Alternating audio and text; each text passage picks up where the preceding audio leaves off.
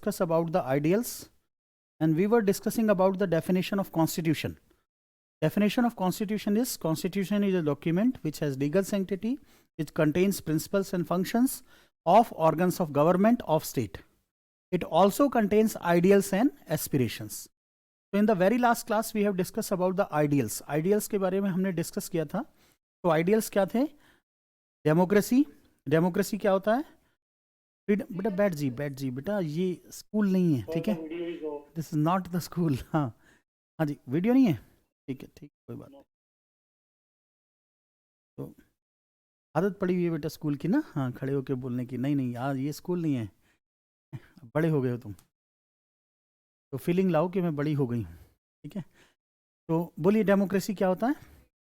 Freedom of choice. Freedom of choice, ठीक है.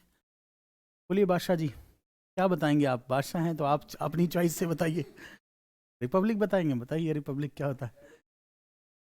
Elected head of the state, ठीक है. आप बताइए बेटा. सेकुलरिज्म, आप बोलिए सेकुलरिज्म. इंडियन सेकुलरिज्म की बात कर रहे हैं. दो सेकुलरिज्म मैंने बताया था, एक वेस्टर्न सेकुलरिज्म होता है, एक इंडियन सेकुलरिज्म होता है. मृदु जी आप बताएं, सेकुलरिज्म, इंडियन सेकुलरिज्म क्या है? Are equal. In the eye of state all religion are equal, ठीक है. सोशलिज्म बताइए, हमारा जो सोशलिज्म है वो किस टाइप का सोशलिज्म है? डेमोक्रेटिक और फैबियन. डेमोक्रेटिक सोशलिज्म भी बोलते हैं और फैबियन सोशलिज्म. सोशलिज्म का मतलब क्या होता है? Egalitarian society, equal society. Rich और पुअर के बीच में गैप नहीं होना चाहिए, ठीक है. तो there should be very less. हाँ, फैबियन बेटा वर्ड जो है ना, फैब एक वर्ड होता है, उससे बना हुआ है. पॉपुलर, ठीक है. फैबुलस, पेपुलर, ठीक है, उस टाइप का.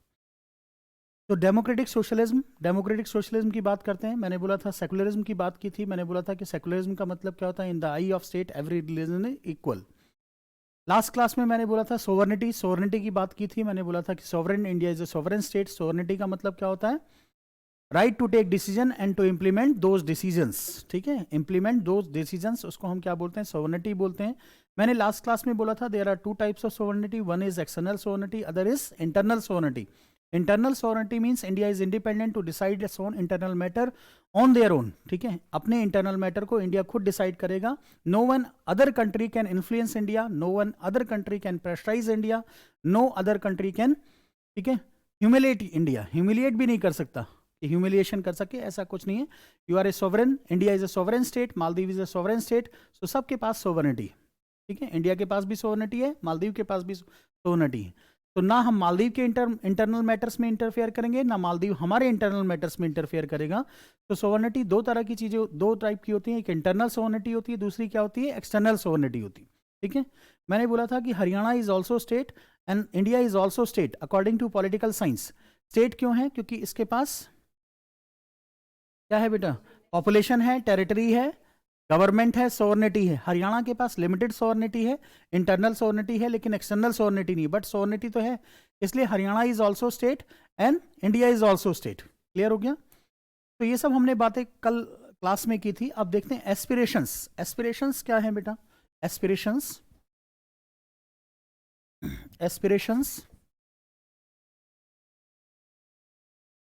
एस्पिरेशंस देखिए, एस्पिरेशंस की जब हम बात करते हैं, द फर्स्ट इज जस्टिस.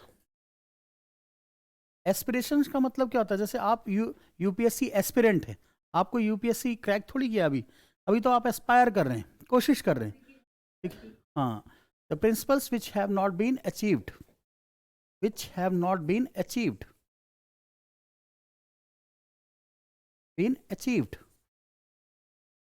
जिसको हम अचीव नहीं कर पाए हैं.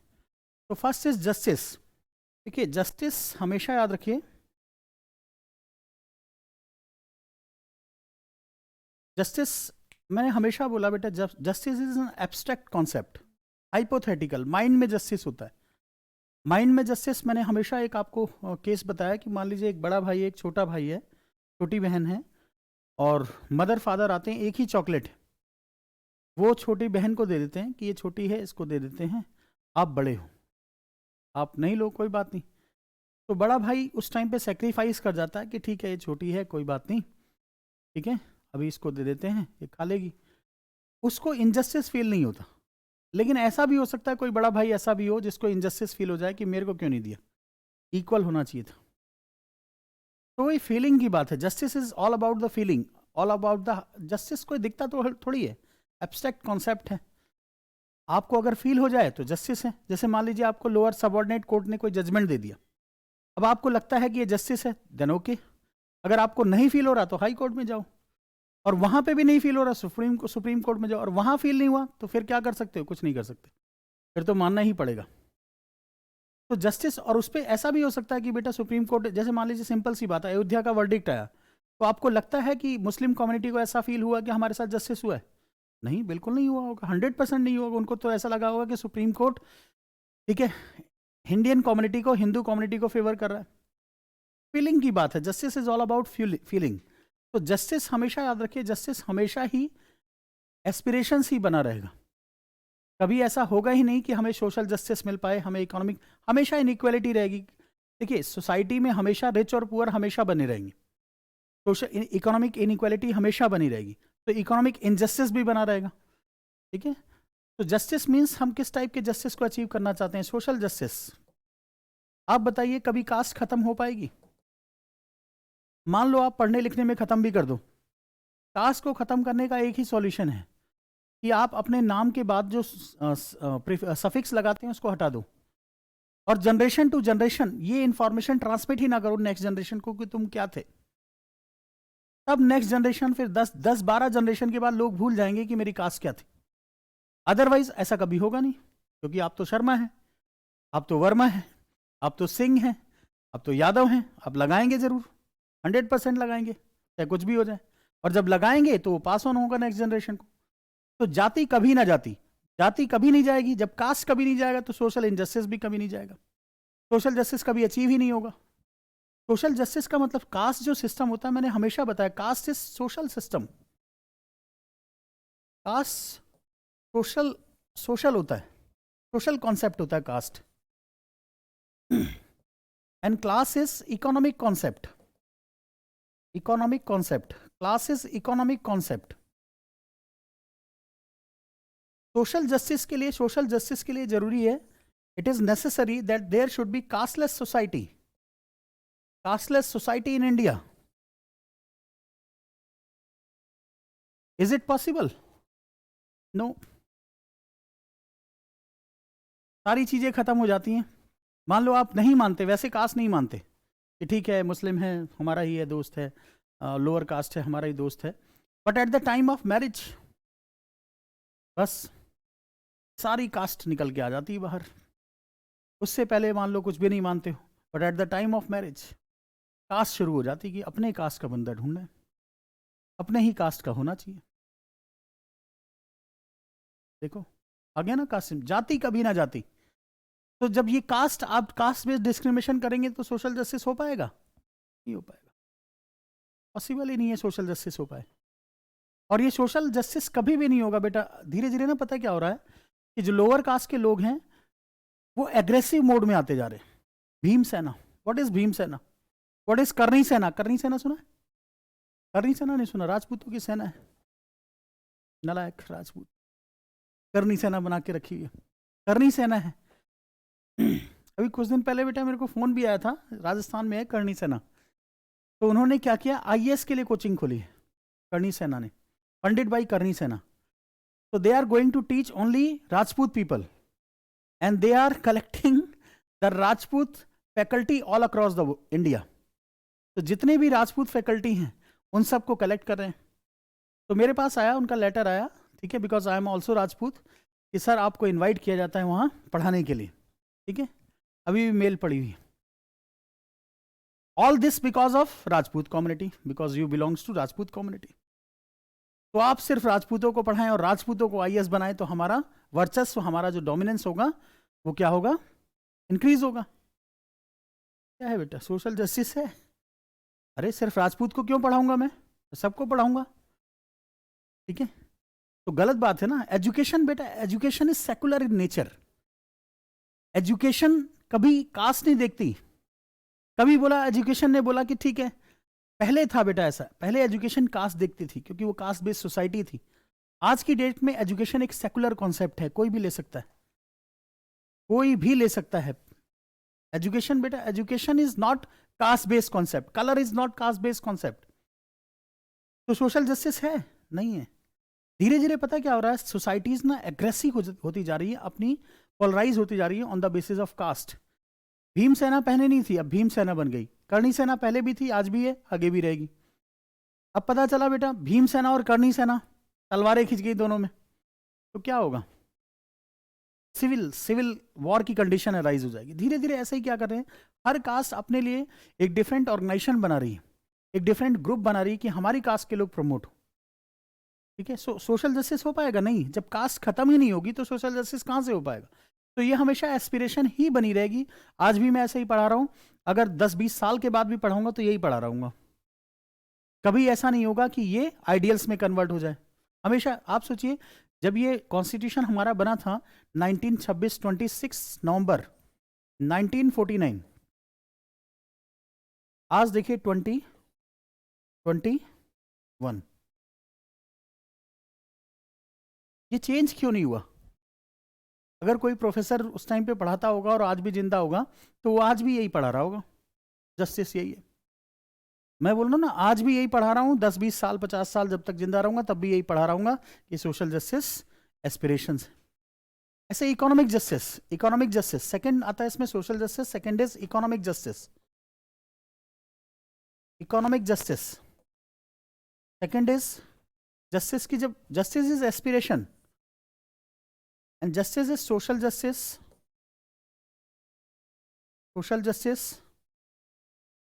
second is economic justice,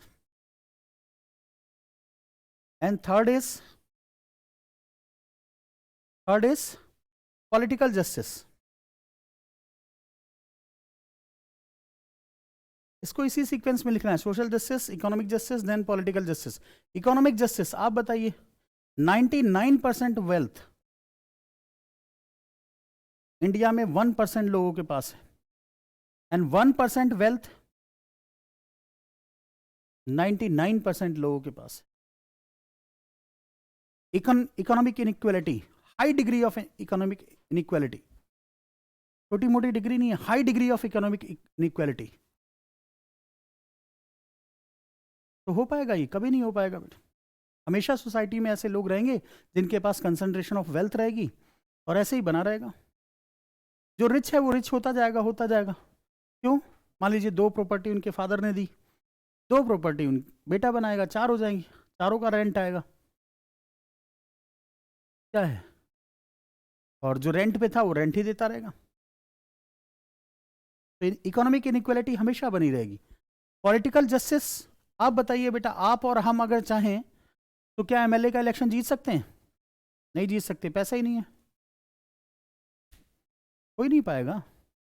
आप कितने अच्छे इंसान हो, कुछ भी कोई फर्क नहीं पड़ता, पब्लिक आपको वोट ही नहीं देगी, क्योंकि आपको बहुत सारी चीजें करनी पड़ेंगी उसके लिए। तो पॉलिटिकल जस्टिस पॉसिबल है? नहीं है।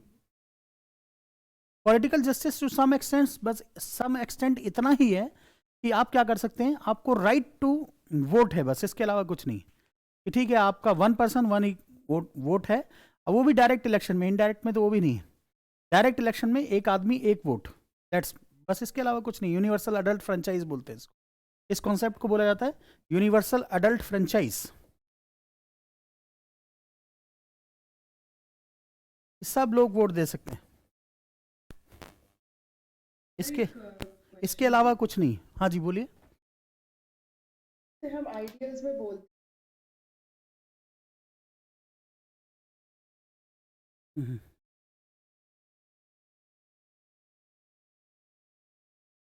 जस्टिस हो,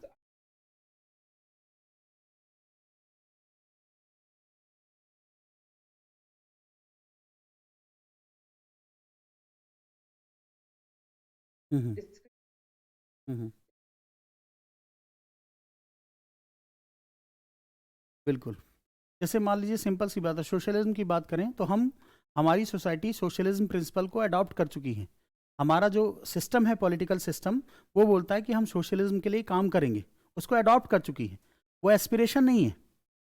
ठीक है, यहां ये एस्पिरेशन है, स्टेट खुद ही बोलता है कि मैं एस्पायर कर रहा हूं, उसको बोला कि मैंने उस पर स्टैंप लगा दिया है, अब वो सोशलिज्म को हम करेंगे ही करेंगे, उसके बेसिस पे केस भी कर सकते हैं। ठीक है, ये तो दोनों में डिफरेंस ये है, उसको तो अडॉप्ट कर लिया है। जैसे मान लीजिए कोई ड्रेस रखी हुई है, सामने ड्रेस रखी हुई है, एक ड्रेस मैंने पहन ली है और एक ड्रेस मैं पहनना चाहता हूं, समझ रहे हैं? तो दोनों में डिफरेंस यही है। आइडियल्स में क्या है, एक ड्रेस मैंने पहन ली है और एक, मान लीजिए मैं इंडिया स्टेट हूं, दूसरी को मैं पहनना चाहता हूं, बस वो रखी हुई है। सेम ऐसा ही है आइडियल्स और एस्पिरेशंस में। आइडियल्स हमने अडॉप्ट कर लिया है, एस्पिरेशंस को हम अडॉप्ट करना चाहते हैं, उसको अचीव करना चाहते हैं कि उस ड्रेस को भी मैं पहन लूं। ठीक है, डिफरेंस ये है, दैट्स इट। क्लियर हो गया?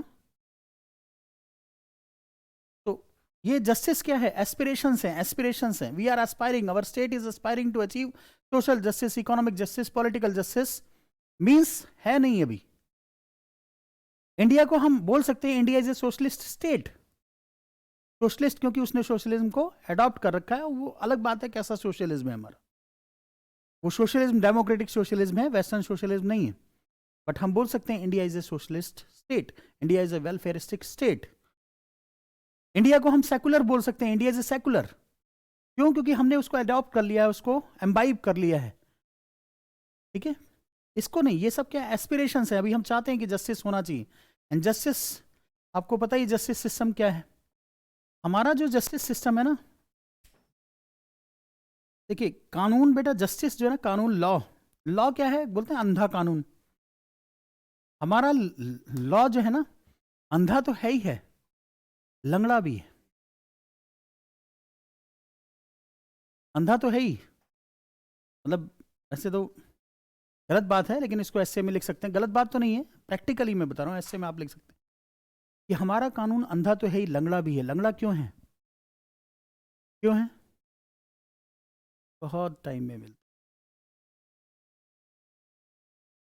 तुम्हें बादशाह बनना है। ठीक है, सही बात है बेटा, जस्टिस बहुत दिनों में मिलता है। उस जस्टिस का फायदा क्या, जो जस्टिस मुझे 20 साल 30 साल के बाद मिले, जब मैं बूढ़ा हो जाऊं, केस मैंने जवानी में लड़ा था। तो justice delayed is justice denied, बोलते हैं ना, justice delayed is justice denied. हमारे इस कानून, इस लॉ की सबसे बड़ी प्रॉब्लम यह है कि अंधे के साथ साथ ये लंगड़ा भी है।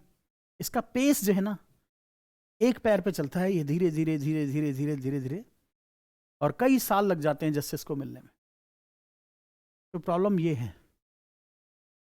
ठीक है, पोलियो हुआ, पोलियो तो नहीं बोलेंगे खैर, ठीक है, सिस्टम तो चल ही रहा है, बस लंगड़ा है, जिससे क्या है, इसकी स्पीड कम हो जाती। क्लियर हो गया?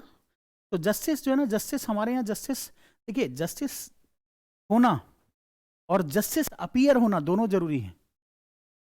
जस्टिस प्रैक्टिकली होना चाहिए और जस्टिस अपीयर भी होना चाहिए, लोगों को लगना चाहिए कि जस्टिस हुआ है।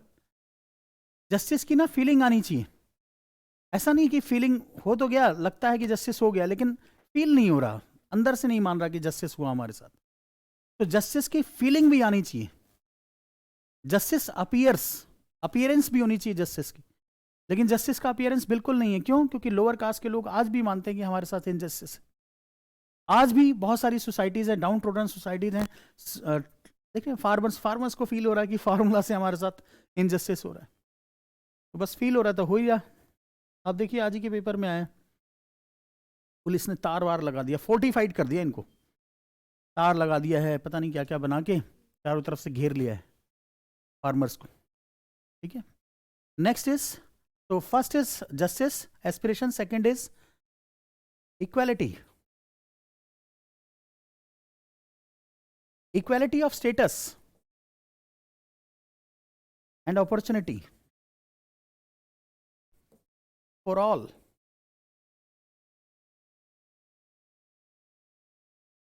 है बेटा, है equality of status and opportunity for all? नहीं है। क्यों नहीं है? आप यहां बैठ के पढ़ रहे हो, नेट है, सब कुछ है। गांव में जो बैठा होगा, जियो अगर जिंदा है तो ठीक है, मर गया तो जियो भी हर जगह नहीं आता, तो कुछ नहीं है। मान लीजिए गांव में बैठा हुआ कोई बच्चा तैयारी कर रहा है, बिल्कुल किसी इंटीरियर एरिया में, उसके पास पैसे नहीं है कि वो अर्बन सेंटर्स में या दिल्ली में आके 11-12 हज़ार 15 हज़ार खर्च कर सके, और जियो भी नहीं चल रहा। तो बताइए कहाँ है स्टेटस ऑफ अपॉर्चुनिटी, स्टेटस और equality of status and opportunity for all? Opportunity उसको उतनी नहीं मिल रही जितनी आपको मिल रही है। स्टेटस, स्टेटस में आपको सिंपल सी बात बताऊं, जो अर्बन सेंटर का स्टेटस है वो स्टेटस और है कुछ, और किसी का मतलब पुअर पुअर और अर्बन का अगर स्टेटस देखोगे तो दोनों का इक्वल है क्या? नहीं है। अर्बन और रूरल एरिया का स्टेटस इक्वल नहीं है। गांव में ही पता क्या बोलते हैं, अरे दिल्ली में रहता है, ऐसा लगता है जैसे लंदन में रहता हो, ऐसा फील होता है जैसे लंदन में रह रहा हो, दिल्ली में रह रहा है, दिल्ली में कौन सा बहुत बड़ी बात? नहीं, डिफरेंस है स्टेटस में। तो इक्वलिटी है नहीं है। इंडिया बेटा इंडिया है, वो दिल्ली हो, मेघालय हो, नागालैंड हो, मिजोरम हो, मणिपुर हो, तमिलनाडु हो, मद्रास हो, कर्नाटका, जो भी जगह है उसमें ऐसा नहीं फील होना चाहिए कि मैं यहां रह रहा हूं तो कुछ डिफरेंस है मेरे में। इंडिया इज इंडिया, इंडिया में रह रहे हो आप, कहीं पे भी रहो, ये नहीं फील होना चाहिए कि मेरा स्टेटस लो है। यहीं देख लो, कोई सेक्टर में रहता है, कोई कॉलोनी में रहता है, जो सेक्टर में रहता है उसका स्टेटस हाई है, जो कॉलोनी में रहता है उसका स्टेटस लो है ना? स्टेटस में डिफरेंस, इक्वालिटी है नहीं। कुछ लोग अपने स्टेटस को चेंज करने के लिए सेक्टर में रेंट पे ले लेते हैं, घर उनका कॉलोनी में होगा लेकिन ले लेंगे क्या, सेक्टर में ले लेंगे, स्टेटस थोड़ा सा है। तो स्टेटस में हमेशा डिफरेंस है और हमेशा रहेगा, बना रहेगा। इक्वालिटी ऑफ स्टेटस आना बहुत मुश्किल हो सकता है। अपॉर्चुनिटी फॉर ऑल, ये भी बहुत दिक्कत है कि इक्वल अपॉर्चुनिटी फॉर ऑल हम बना सकें। हम कोशिश कर सकते हैं, जैसे पता क्या, मैथमेटिक्स में आप कभी पढ़ते थे या पढ़ा होगा आपने, नहीं पढ़ा होगा तो ऐसे बेटा एक ना लिमिट्स एक चैप्टर होता है, उसमें एक्स टेंड्स टू जीरो ऐसे लिखते हैं, x tends to zero, x tends to zero, zero की तरफ अप्रोच कर रहा है लेकिन जीरो नहीं है। ऐसे एस्पिरेशंस जो है ना, हमारा स्टेट इंडिया, इंडिया इक्वालिटी चाहता है लेकिन इक्वालिटी है नहीं, कोशिश कर रहा है कि इक्वालिटी हो जाए, कोशिश कर रहा है। ठीक है, तो ये क्या है, एस्पिरेशंस है, एस्पिरेशंस, इनको क्या बोलते हैं हम, एस्पिरेशंस बोलते हैं। इसके बाद नेक्स्ट देखिए, next is third is liberty, liberty of thought, expression, belief, faith, belief and worship. आज अपने घर में जाके ना क्या करना, यीशु की वो फोटो नहीं आती, यीशु की फोटो आती है ना, वो लटके रहते हैं जो, घर में जाके लगा देना। घर वाले के पागल हो गया यार, क्या हो गया तुझे, है वर्शिप का, फेथ का है कहीं लिबर्टी नहीं है, आप पहन लो उसको, वो जो आता है क्रॉस का साइन पहन के घूमो जरा, लोग क्या बोलना शुरू कर देंगे, आपके घर वाले पागल वागल हो गया क्या, दिमाग तो ठीक है। आप घर जाके बोलो कि मज़ा नहीं आ रहा हिंदुइज्म में, हिंदू बनने में मज़ा नहीं आ रहा कुछ, फिर बोलेंगे क्या करना चाहते हो, बोले मुस्लिम बनना चाहता हूँ, नमाज वमाज अदा करूँगा तो कुछ अच्छा लगेगा, दिन में 5 टाइम नमाज अदा करूँगा तब मज़ा आएगा, जब बुर्का पहन के घूमूंगी मैं। अभी कुछ सामने दुनिया सारी दिख रही है, सारी दुनिया नहीं देखनी मुझे, मुझे बुर्का पहन के घूमना है। नहीं, बोल के देखो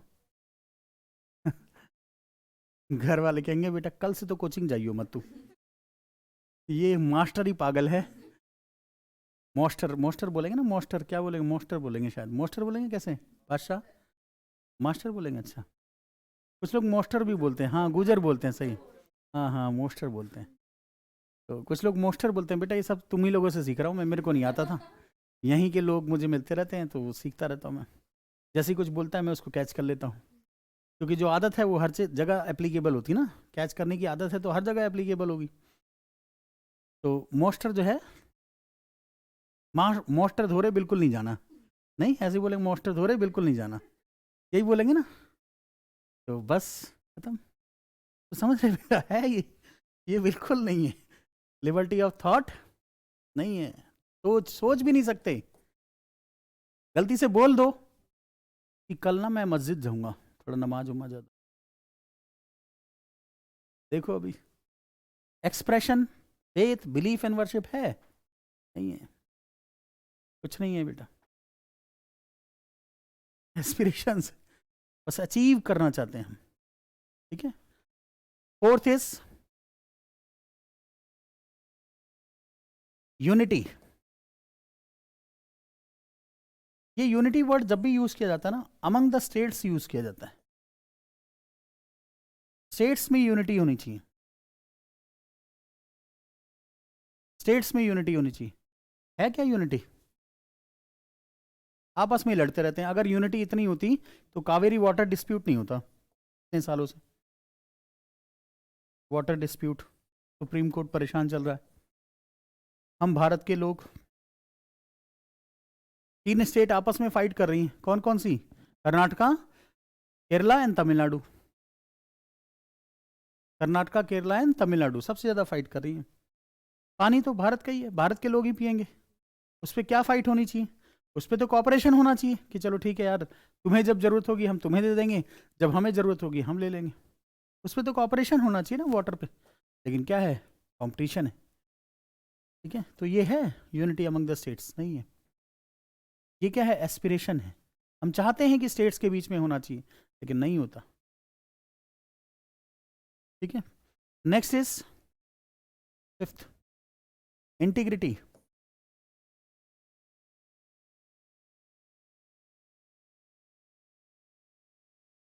integrity, feeling of oneness, feeling of oneness.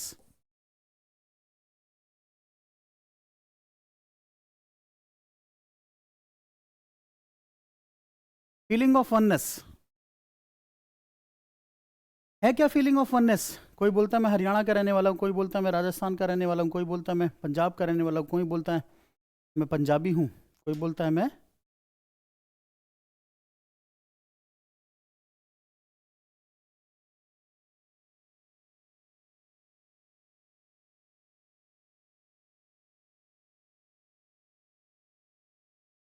बेटा नया न्यूज़ आ रहा है, एससीएस अपना पैटर्न चेंज कर रहा है। एससीएस अपना पैटर्न चेंज कर रहा है, नई न्यूज़ आ रही है मार्केट में। GS1, GS2, GS3, GS4, UPSC ethics. पहले एथिक्स नहीं होता। यूपीएससी की तैयारी करवा के मानेगा जीएस एससीएस आपको। ठीक है, अच्छा है, एक जैसा ही होगा। एक ही पढ़ो, दोनों का काम हो जाएगा। अच्छा है, ठीक है। देख रहे हो अभी मैसेज करके कोई मुझे परेशान कर रहा है। अगस्त में होने वाला बेटा प्री, नोटिफिकेशन विल कम इन अप्रैल। देख रहे हो धड़ाधड़ क्यों परेशान हो रहे हो? कोई बात नहीं, आने दो, जो होगा देखा जाएगा। हम्म,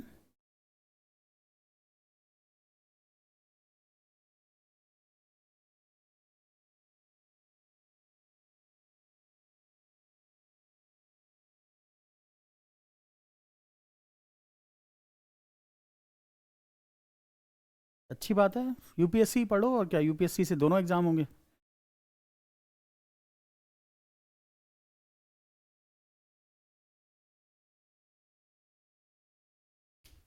ठीक है। So feeling of oneness, integrity means feeling of oneness.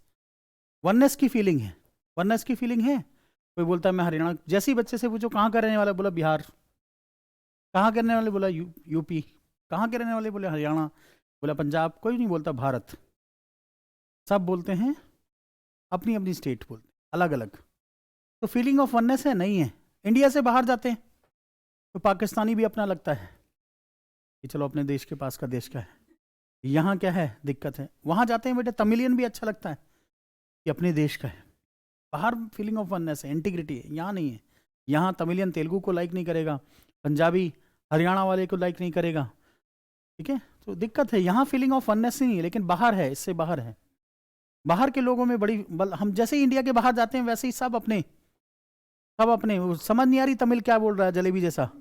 लेकिन तमिल बेटा जलेबी जैसी लिखी जाती है, जलेबी बनती है ना, जैसे ऐसे ऐसे ऐसे कुछ लिख दो तो तमिल में कुछ बन जाएगा, कुछ हो जाएगा तो, लेकिन अपना लगता है, लेकिन यहाँ नहीं लगेगा।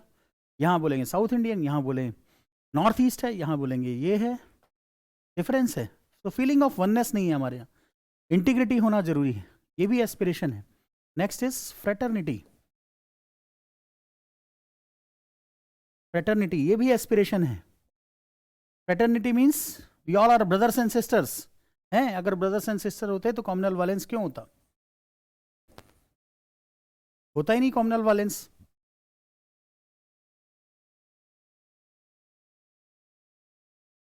कॉम्युनल वायलेंस हो रहा ना, क्यों होता? नहीं होता। अगर हम सब ब्रदर्स एंड सिस्टर्स होते, कॉम्युनल वायलेंस कभी नहीं होता।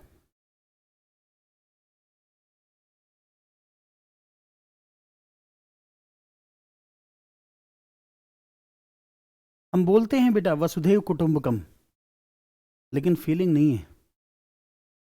बोलने की बातें अलग हैं, वसुधैव कुटुंबकम की सब परिवार है, लेकिन परिवार है नहीं एक्चुअल। ठीक है, हम बोलते रहते हैं कि सब परिवार है, लेकिन बस बोलने की बात है। कॉम्युनल वायलेंस अगर फ्रेटर्निटी होता, fraternity means we all are brothers and sisters, तो क्यों हिंदू मुस्लिम से फाइट करता? क्यों क्रिश्चियन, कोई किसी से क्यों फाइट करता? ब्रदर्स एंड सिस्टर्स हैं, लेकिन आजकल तो ब्रदर्स एंड सिस्टर में ही फाइट चलती है। ठीक है, so we are, fraternity means fraternity को हम अचीव करना चाहते, we want to achieve it. अभी तक हुई नहीं है। तो ये जितनी भी चीजें मैंने बताई आपको, ये सब क्या है? एस्पिरेशंस हैं। एस्पिरेशंस क्या क्या हैं? Aspirations, aspirations, aspirations number 1 justice, number 2 equality, number 3 liberty, number 4 unity, number 5 integrity,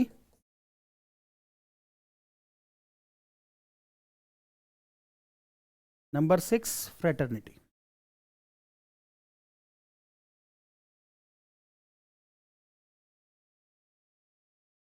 ये सब क्या है? Aspirations, these are the aspirations. अब देखिए डेफिनेशन, अब पढ़िए डेफिनेशन जो मैंने लिखवाई थी। Constitution is a document which has legal sanctity, which contains principles and functions of organs of government of state. It also contains ideals and aspirations. इतना समझ में आ गया? तो ये डेफिनेशन देख रहे हैं बेटा, एक क्लास पूरी खा जाती है। इतना ये बेसिक है, इतना जरूर पता होना चाहिए आपको कॉन्स्टिट्यूशन स्टार्ट करने से पहले। कॉन्स्टिट्यूशन में एक आर्टिकल है, आर्टिकल मैंने बोला कॉन्स्टिट्यूशन में क्या होता है, पार्ट्स होते हैं, पार्ट्स के अंदर क्या होते हैं? चैप्टर्स होते हैं, चैप्टर्स के अंदर क्या होते हैं?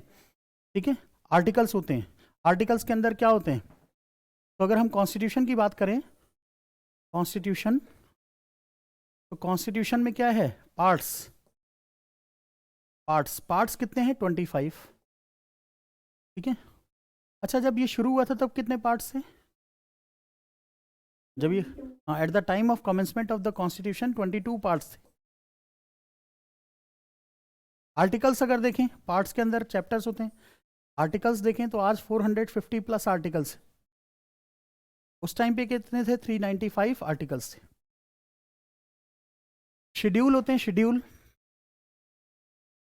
शेड्यूल होता क्या है?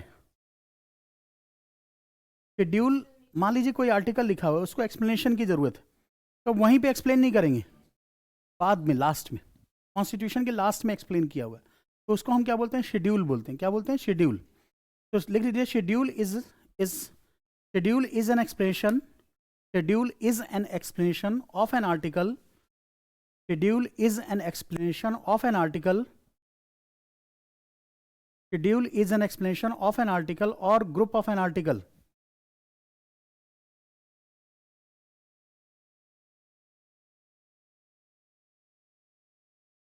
Group of articles, group of articles का एक्सप्लेनेशन हो सकता है, एक आर्टिकल का भी एक्सप्लेनेशन हो सकता है। ठीक है, उसको हम क्या बोलते हैं? शेड्यूल बोलते हैं। कितने शेड्यूल थे? आज की डेट में कितने हैं? 12 शेड्यूल। उस टाइम पे कितने थे? 8 schedule.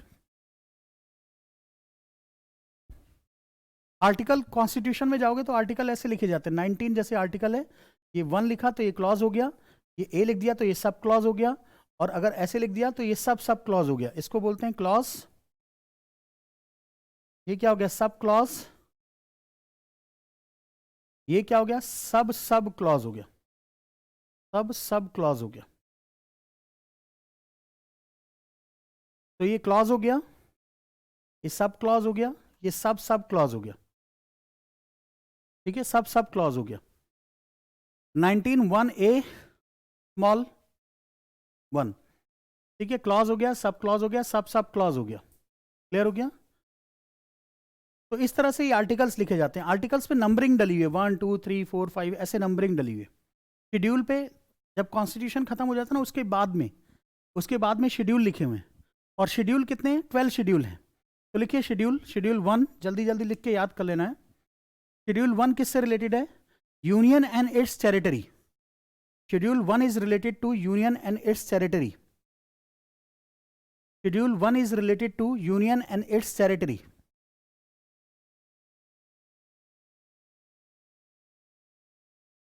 Union and its territory.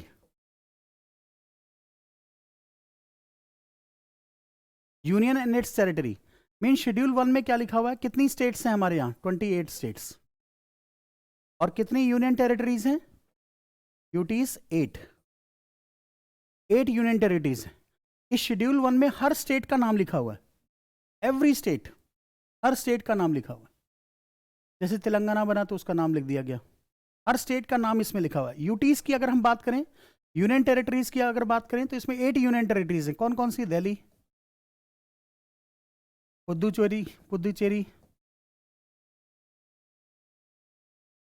Lakshadweep,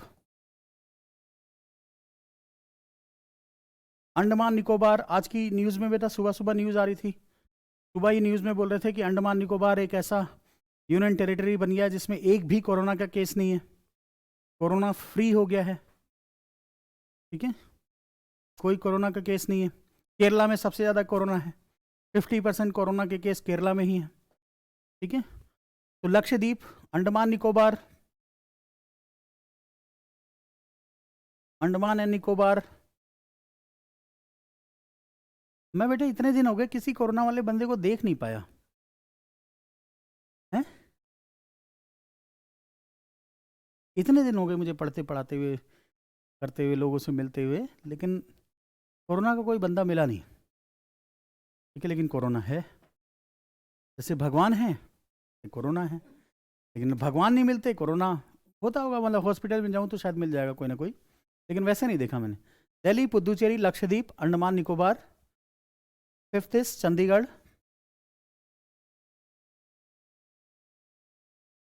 next is Dadar and Nagar Haveli. ये मर्ज हो गए हैं, Dadar and Nagar Haveli and Daman and Diu. पहले ये अलग अलग थे, अब दोनों को मर्ज कर दिया गया है। बोला Dadar and Nagar Haveli, Daman and Diu, Daman and Diu. 7th is Ladakh, 8th is Jammu and, अब लद्दाख का डेवलपमेंट होगा, जम्मू एंड कश्मीर। ये सब इसी में लिखा हुआ है बेटा, शेड्यूल 1 में लिखा हुआ है कि 8 यूनियन टेरिटरीज हैं, 28 स्टेट्स हैं, 28 स्टेट्स हैं, 8 यूनियन टेरिटरीज। ये किस में लिखा हुआ है? शेड्यूल 1 में लिखा हुआ है, शेड्यूल 1 में लिखा हुआ है, ठीक है। शेड्यूल क्या करते हैं? एक्सप्लेन करते हैं चीज़ों को कि यूनियन एंड इट्स टेरिटरी का मीनिंग क्या है। फर्स्ट आर्टिकल में लिखा है यूनियन एंड इट्स टेरिटरी, तो उसका मीनिंग क्या है, ठीक है। 28 स्टेट्स और उनके नाम भी लिखे हुए हैं, उनके नाम भी लिखे हुए हैं और यूनियन टेरिटरीज के भी नेम लिखे हुए हैं। जब भी कोई चेंज होता है तो पहले इसमें अमेंडमेंट होता है, इसमें चेंज किया जाता है। मान लीजिए तेलंगाना बना तो तेलंगाना जब बना तो इसमें अमेंडमेंट किया गया।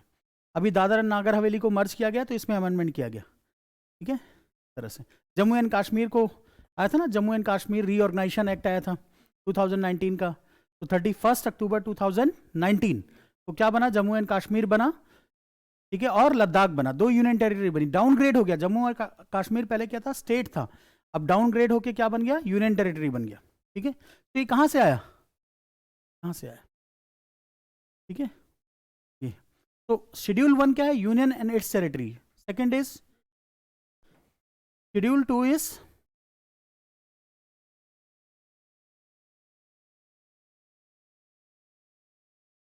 Schedule 2 is union executive.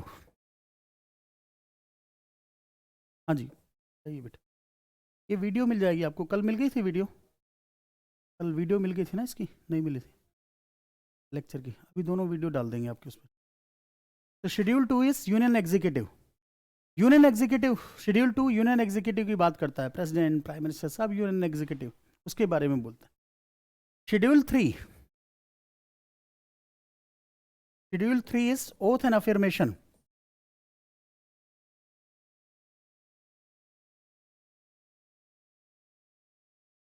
Oath and affirmation, कौन कौन क्या ओथ लेता है, प्रेसिडेंट क्या ओथ लेता है, प्राइम मिनिस्टर क्या ओथ लेता है, गवर्नर क्या ओथ लेता है, सब oath and affirmation. Schedule 4, schedule 4 allocation of seats in Rajya Sabha, allocation of seats in Rajya Sabha. Rajya Sabha में सीट्स कैसे एलोकेट होती हैं? हमारे यहाँ राज्यसभा में जो सीट्स होती हैं ना, वो पॉपुलेशन के प्रोपोर्शनल होती हैं। जैसे यूपी है तो उसकी ज़्यादा सीट होगी, गोवा है तो उसकी कम सीट होगी। जबकि यूएसए में जाओगे ना, तो यूएसए में जैसे हमारे यहाँ बाई कैमरल्स में, यूएसए में भी दो हाउस होते हैं। एक को बोलते हैं house of representative, house of representative USA की अगर हम बात करें,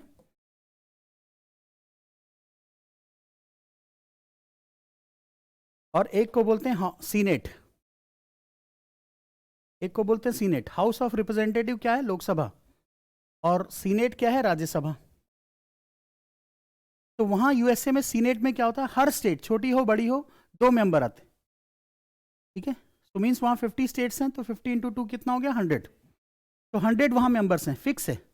स्टेट में पॉपुलेशन कम हो ज़्यादा हो उससे कोई फर्क नहीं पड़ता। लेकिन हमारे यहाँ इंडिया में ऐसा नहीं है।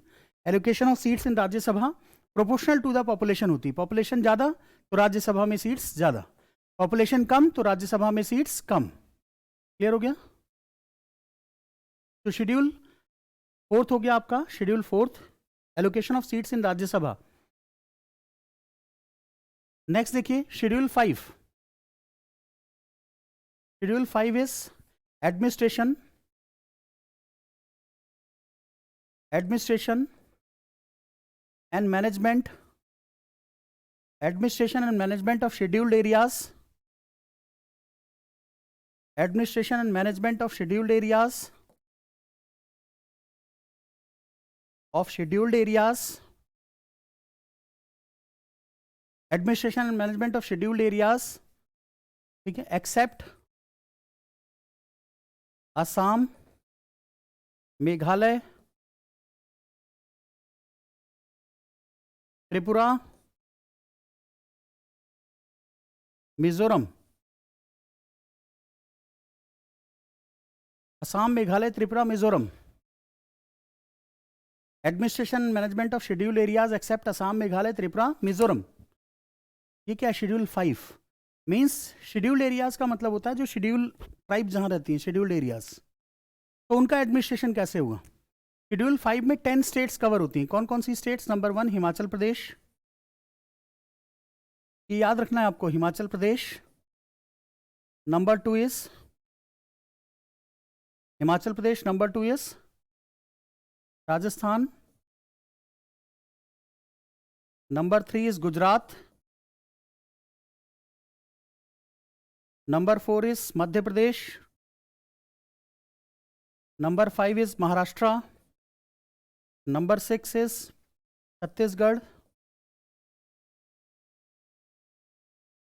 Number 7 is Jharkhand, number 8 is Orissa,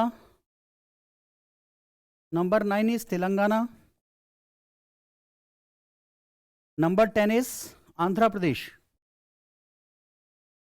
Andhra Pradesh. तो ये 10 स्टेट हैं जो शेड्यूल 5 में कवर होती हैं। There are 10 states under schedule 5। वहां पे जो शेड्यूल्ड एरियाज हैं उनका एडमिनिस्ट्रेशन और मैनेजमेंट, ठीक है, कौन करेगा? अंडर शेड्यूल 5 होगा। ऐसे ही शेड्यूल 6, ये शेड्यूल 5 याद रखना, शेड्यूल 5, शेड्यूल 6, हाँ जी, एक्सेप्ट असम, मेघालय, त्रिपुरा, मिजोरम। असम, मेघालय, त्रिपुरा, मिजोरम यहाँ की जो शेड्यूल ट्राइब्स हैं वो थोड़ा अलग बिहेवियर है उनका, तो उसके लिए अलग शेड्यूल ही बना दिया। उसके लिए 6 शेड्यूल बना हुआ है, 6 शेड्यूल, ठीक है। तो ये 5th हो गया। 6 शेड्यूल देखिए, schedule 6,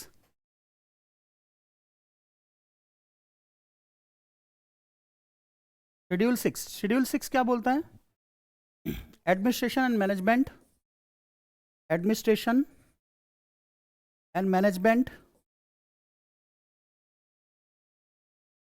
administration and management of scheduled areas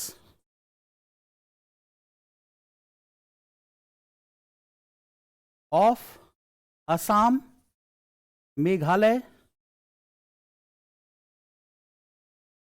Assam, Meghalaya, Tripura and Mizoram.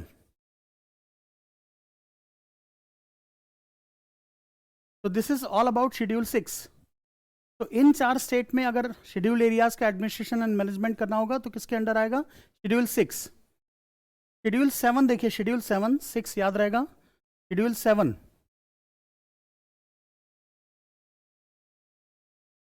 Schedule 7 is related to division of power,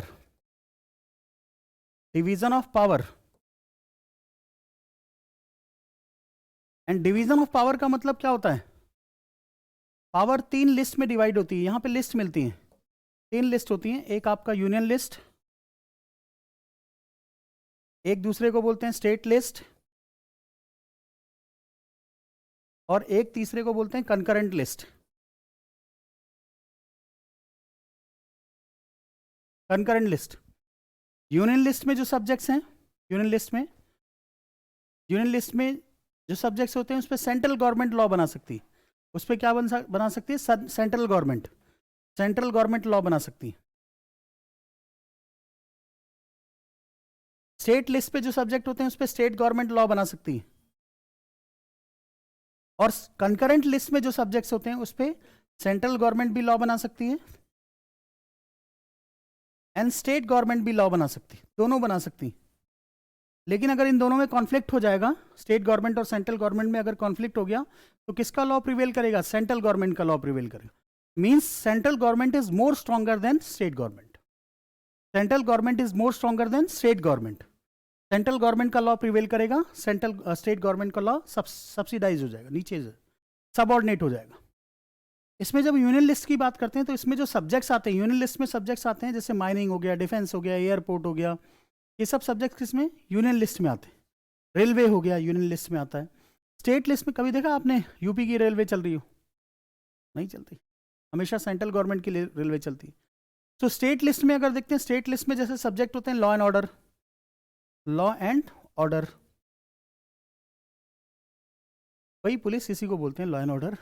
law and order को ही पुलिस बोला जाता है, Haryana police, UP police, Delhi police, इस तरह से। तो law and order.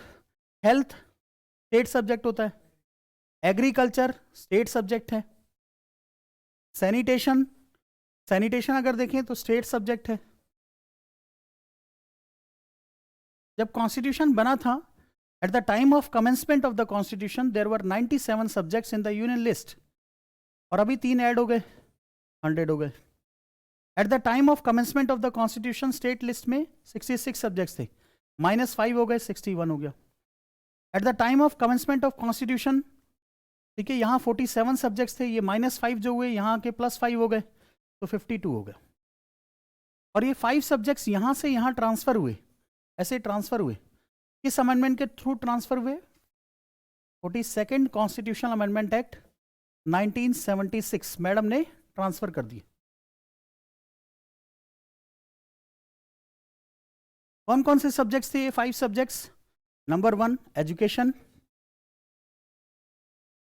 Education. Number 2 forest, number 3 wildlife, number 4 administration of justice, administration of justice, and number 5 weight and measures. ये जो होते हैं ना 1 kilo 2 kilo, weight and measures. तो ये 5 सब्जेक्ट से जो 42nd कॉन्स्टिट्यूशन अमेंडमेंट एक्ट 1976 के थ्रू ट्रांसफर हो गए। कहां से ट्रांसफर हो गए? स्टेट लिस्ट से कंकरेंट लिस्ट में। तो education is a concurrent subject, concurrent subject है। एजुकेशन क्या है? कंकरेंट सब्जेक्ट है। वाइल्ड लाइफ क्या है? कंकरेंट सब्जेक्ट है। फॉरेस्ट क्या है? Concurrent subject. Weight and measures concurrent subject, right. So this is all about schedule 7। Schedule 7 talks about the division of power. Power को डिवाइड किया जाता है किसके बीच में? स्टेट गवर्नमेंट के बीच में, central, state and concurrent list में। 3 लिस्ट बनाई जाती, एक होती है यूनियन लिस्ट, दूसरी होती है स्टेट लिस्ट, तीसरी कंकरेंट लिस्ट। तो there are 3 list to divide the power. ठीक है, डिवाइड करने के लिए पावर को 3 लिस्ट बनी हुई है। याद रहेगा? इसमें कोई डाउट है? इसमें तो कोई डाउट नहीं होगा। हाँ जी बोलिए।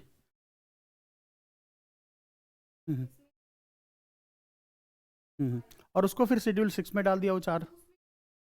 मैंने बोला ना बेटा, ट्राइब्स का बिहेवियर अलग है।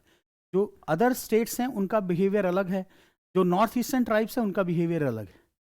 ठीक है, इधर देखोगे पैट्रियार्कल सोसाइटी है, उस साइड नॉर्थ ईस्टर्न स्टेट्स में जाओगे, मेघालय में जाओगे तो वहाँ मैट्रियार्कल सोसाइटी है, वहाँ मदर की ही चलती है सब कुछ। फीमेल का हेड कौन होता है? मदर होता है। ठीक है, दूल्हा दुल्हन के घर जाता है विदा होके। नहीं समझे? दूल्हा जो होता है, जैसे यहाँ पे दुल्हन दूल्हे के घर आती है ना, ये क्या होता है? दूल्हा दुल्हन के घर जाता है। यहाँ लड़कियाँ खाना बनाती हैं, वहाँ लड़के खाना बनाते हैं। यहाँ लड़कियाँ बच्चे पालती हैं, वहाँ लड़के बच्चे पालते हैं।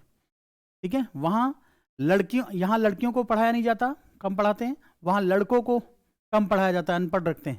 बोला पराया धन है। लड़का क्या है? पराया धन है, इसको चले जाना है। लड़का क्या है? पराया धन है। जैसे यहाँ लड़कियों को बोलते हैं पराया धन है, वैसे वहाँ लड़कों को बोला जाता है पराया धन है। तो इस तरह की चीज़ें हैं। क्लियर हो गया? समझ में आया नहीं? ठीक है, तो शेड्यूल 7, शेड्यूल 7, शेड्यूल 7 समझ में आ गया? This is all about schedule 7। Next is schedule 8। Schedule 8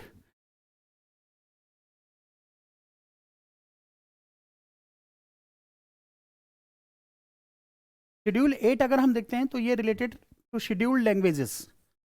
scheduled languages,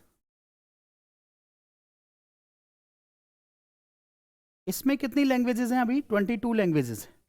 और एक फॉरेन, इसी में ही 22 में, आउट ऑफ 22 एक फॉरेन लैंग्वेज है। 21 इंडियन लैंग्वेजेस हैं। एक फॉरेन लैंग्वेज कौन सी है? नेपाली।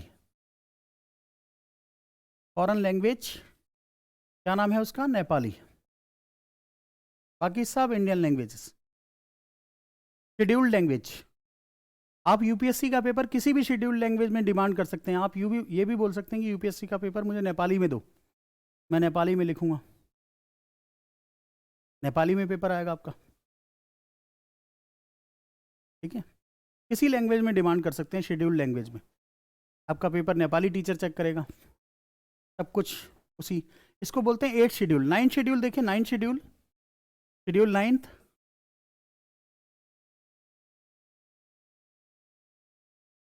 शेड्यूल 9 किससे रिलेटेड है? Land reforms.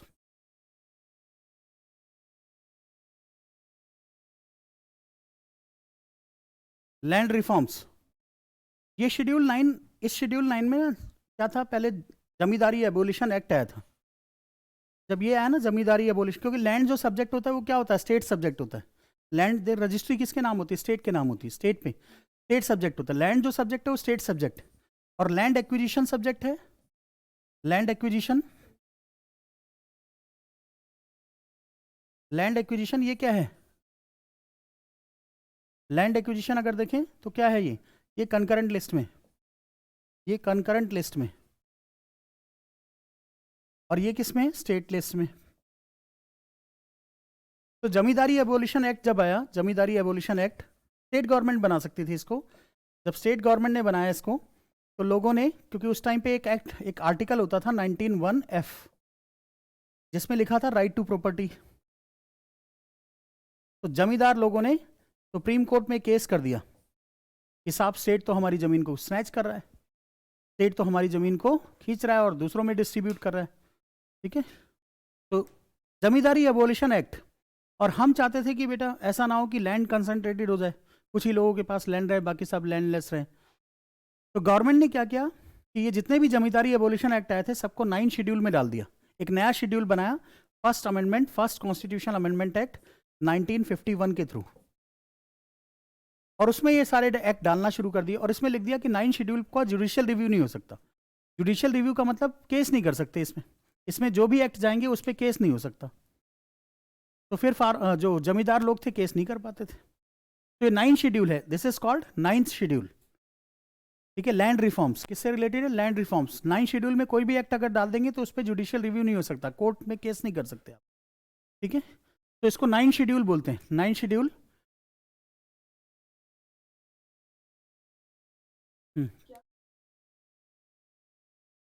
9 शेड्यूल ऐड कर दिया था, 9 शेड्यूल ऐड कर दिया था, 9 शेड्यूल। पूरा ऐड हुआ था। हाँ, पूरा शेड्यूल ही ऐड हुआ था, एक नया शेड्यूल ऐड हुआ था, 9 schedule. First constitution amendment act 1951 से एक नया शेड्यूल ऐड हुआ, 9 शेड्यूल। ठीक है, इसके बाद 10th शेड्यूल देखिए, 10th schedule, schedule 10।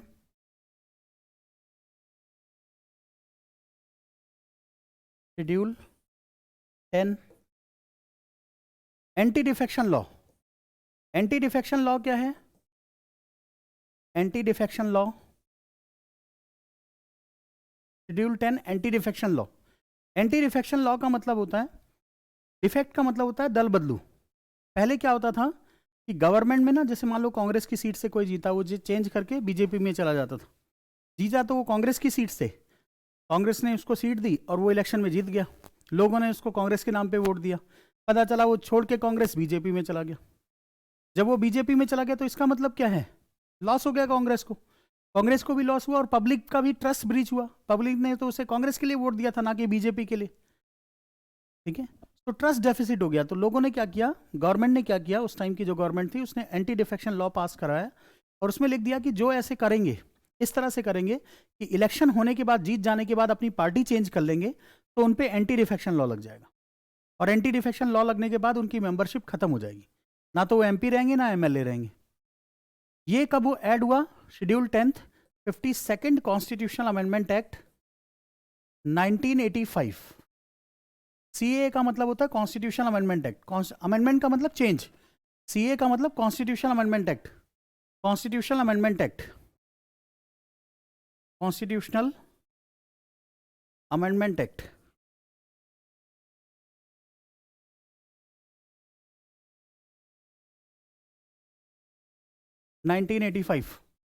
Constitutional amendment act 1985। एक अमेंडमेंट का मतलब चेंज, बार बार मैं अमेंडमेंट वर्ड यूज करूंगा, इसका मतलब क्या होता है? चेंज। शेड्यूल 10, ये क्या है? शेड्यूल 10।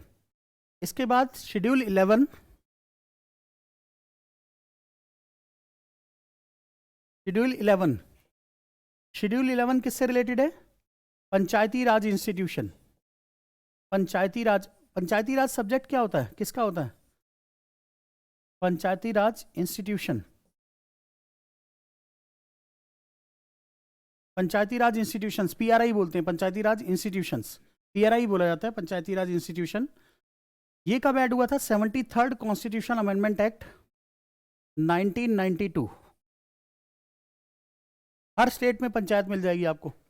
और ये जो पंचायती राज सब्जेक्ट होता है ना, पंचायती राज सब्जेक्ट, ये स्टेट सब्जेक्ट होता है। पंचायती राज सब्जेक्ट क्या होता है? स्टेट सब्जेक्ट होता है, स्टेट सब्जेक्ट होता है। It is a state subject, Panchayati Raj is a state subject. Panchayati Raj day किस दिन सेलिब्रेट किया जाता है हमारे यहाँ? 24 अप्रैल। पंचायती राज डे 24 अप्रैल।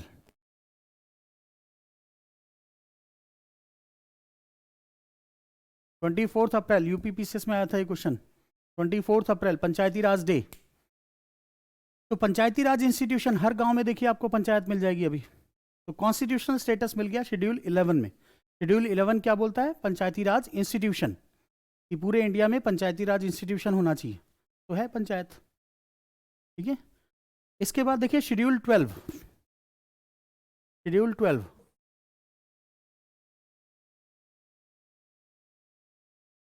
म्युनिसिपैलिटीज।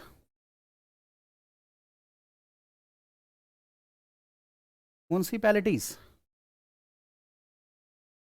म्युनिसिपैलिटीज, म्युनिसिपैलिटीज किससे रिलेटेड है? शेड्यूल 12 से। और ये कब ऐड हुआ था? 74th constitutional amendment act 1992।